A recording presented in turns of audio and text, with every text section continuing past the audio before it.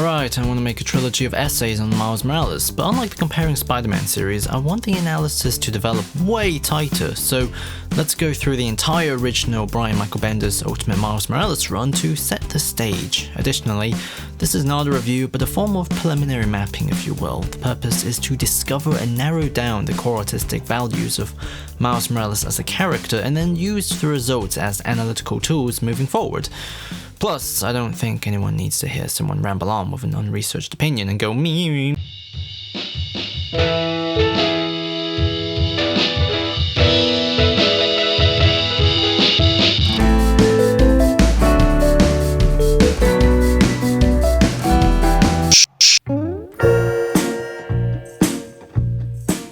Firstly, let's explain some stuff.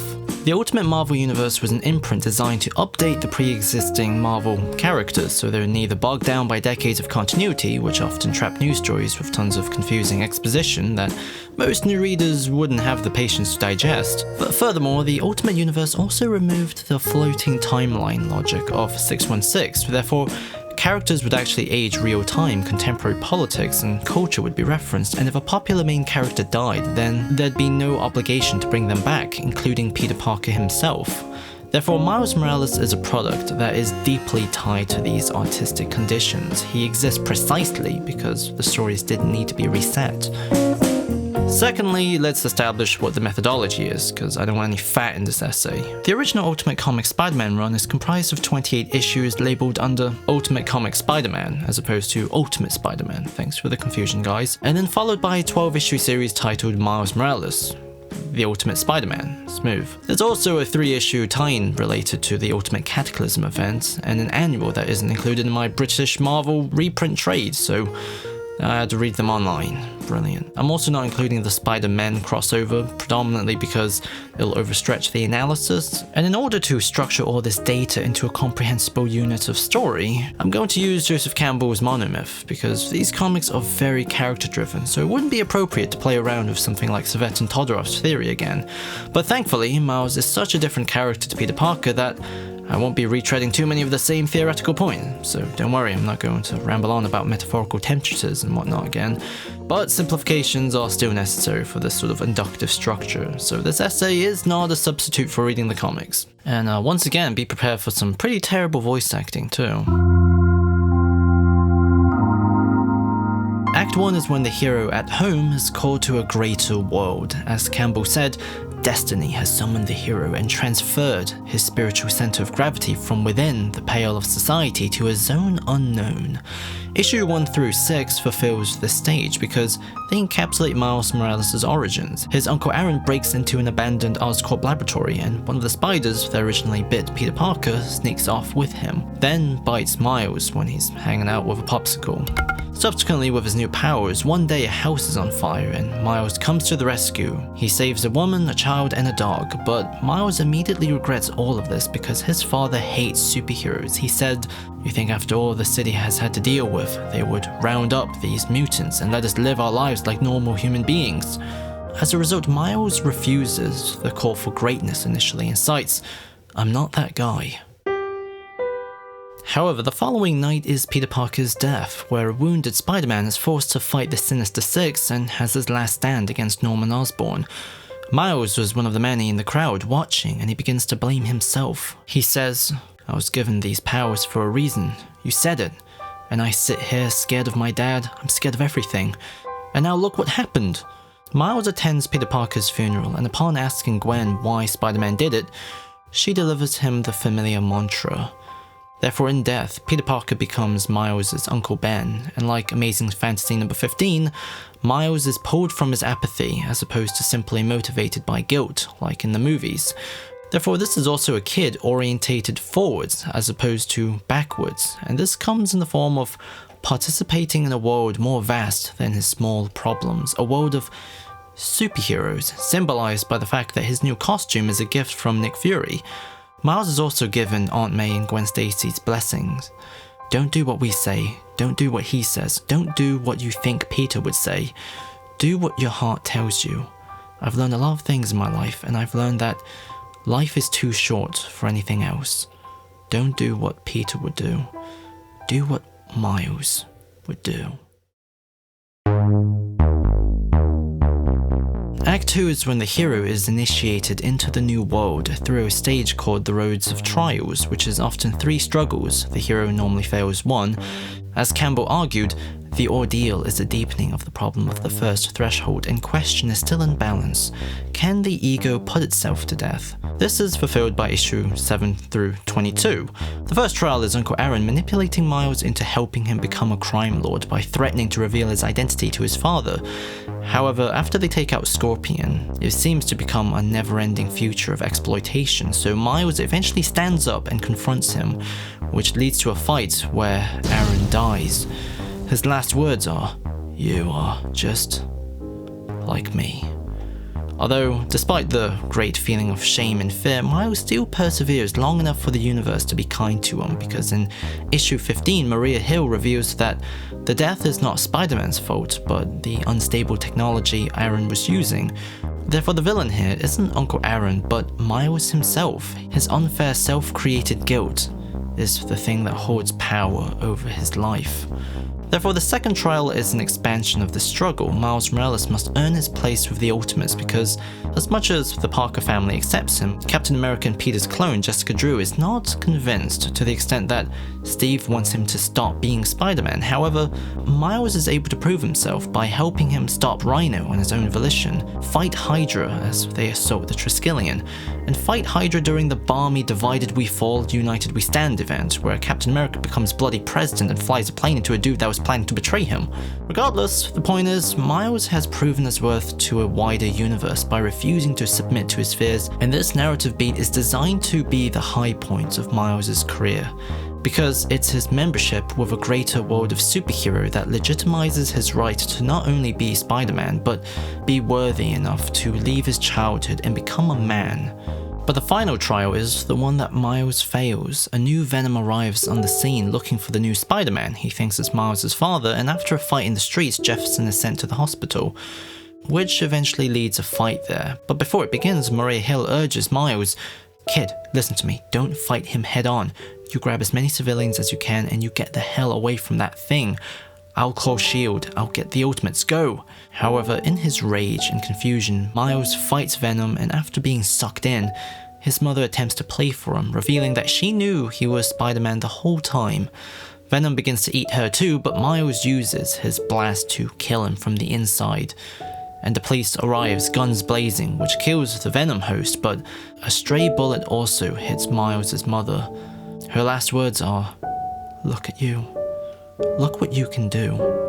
Baby, don't ever let him know. Don't let your father."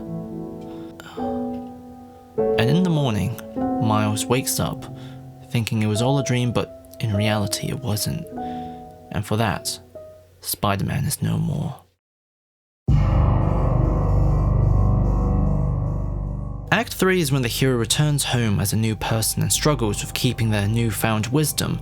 As Campbell said, how render back into light world language the speech-defying pronouncements of the dark? How represent on a two-dimensional surface a three-dimensional form? And for Miles, this is quite literally him trying to reintegrate himself into normal life after a year of quitting Spider-Man. Gank, Gwen, and Jessica Drew are all heartbroken and angry about this because there's more to Miles than he's allowing, but he's oppressing it all with his self-created guilt again. As Gank argues, "You didn't kill her. It wasn't even that big, giant, scary monster Spider-Man villain you were fighting. It was a bullet. A stray police bullet killed her. I'm saying when you remember that day, maybe focus on all of the people whose lives you saved that night, including the life of your father."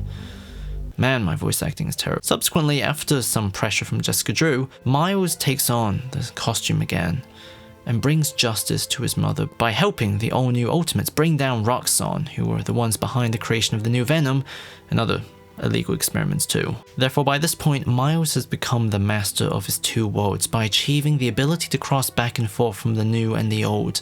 But then Miles tells his father, who then runs away. Peter Parker also returns to take back his web shooters before disappearing. Structurally, this is the magic of the flight stage, where the metaphorical guards of the achievement may become resentful of the hero, paraphrasing from page 170. This is Miles' final test. He may have proven himself to the world and even to himself, but can he confront the two fathers that he's been modeling himself after?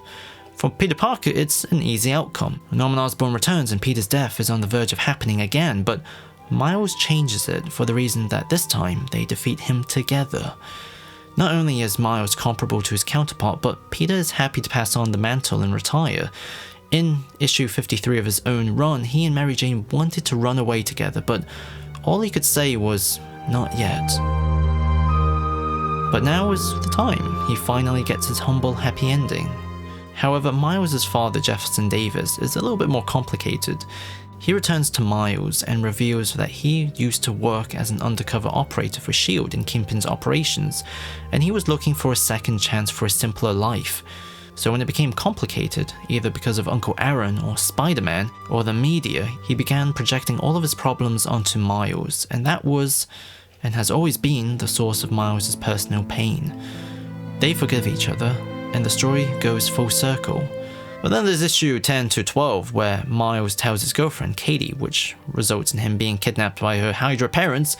Dr. Doom tries to dissect him, but then his friends show up and save him, and the story ends with a weird cliffhanger leading to Secret Wars. It's a fun payoff to the theme of Miles being defined by his membership to something greater, but it's not as essential to the monomyth structure that I'm employing. At the center of this journey is the big question, why me? Because we're introduced to Miles not being bullied, nor going to a science exhibit out of his own personal interest, but attending a lottery-like ceremony that chooses which applicant gets to go to a super privileged academy school, in which he wins. Therefore, Miles is a character who's not chosen because of his merit. He doesn't earn his place in the school, and he doesn't earn the right to be bitten. Instead, as Dr. Doom said in the very last issue, Norman Osborn killed himself trying to recreate you, and you are truly nothing but a series of accidents. Furthermore, this argument is also shared among the most influential characters. Jefferson Davis was a victim to an escalating, crazier world, even before he worked for S.H.I.E.L.D. Jessica Drew didn't ask to be created by some scientists, poking around with Peter Parker's DNA, so she suffers from a deep identity crisis. Peter Parker didn't want to come back to life and potentially break everyone's heart. And the villains are all people trying to seize this chaotic power and make it about them. Uncle Aaron, Hydra, Venom, Roxxon, Dr. Doom, they're all kind of the same on this sort of motivational level. As a result, Spider-Man, in quotation marks, is something that seems socially imposed. It's not real, in quotation marks. It's not Miles Morales, it's what other people want from Miles, and his success comes from answering those needs, but his failure comes from him answering his own. However, what kicks him out of his retirement and fundamentally changes what Spider-Man means to him is when Jessica Drew shares her story of how she dealt with being created by factors out of her own control. They are both people connected by a shared similar feeling of disempowerment from a cruel and random universe. But she found solace in just herself as the identity she created. Jessica argues, "I'm not trying to torture you, Miles. I'm trying to show you why this is all so important, why you need to be Spider-Man." Therefore, Miles realizes that he shouldn't define himself on the conditions that created him or what other people want from him, but what he wants from himself. Spider-Man answers something far deeper than he knew.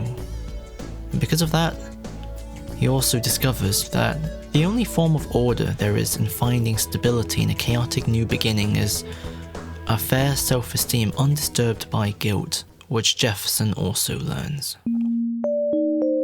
In conclusion, the arc of Miles Morales is that he once believed he was Spider-Man because it's what he should be, but the truth is he's Spider-Man because he wants to be. In other words, the question of why me is answered by because you're you. And I guess the overlap between social identity and self-identity is the thing that I've got to look for moving forward.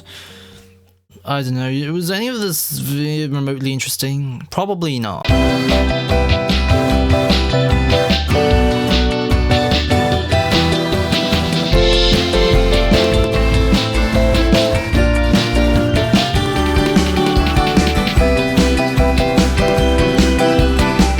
You try to kill me, you stupid son of a— But the missile!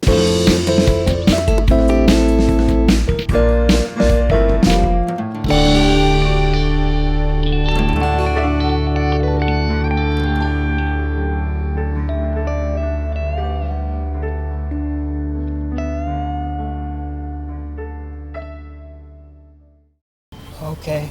Merry Christmas.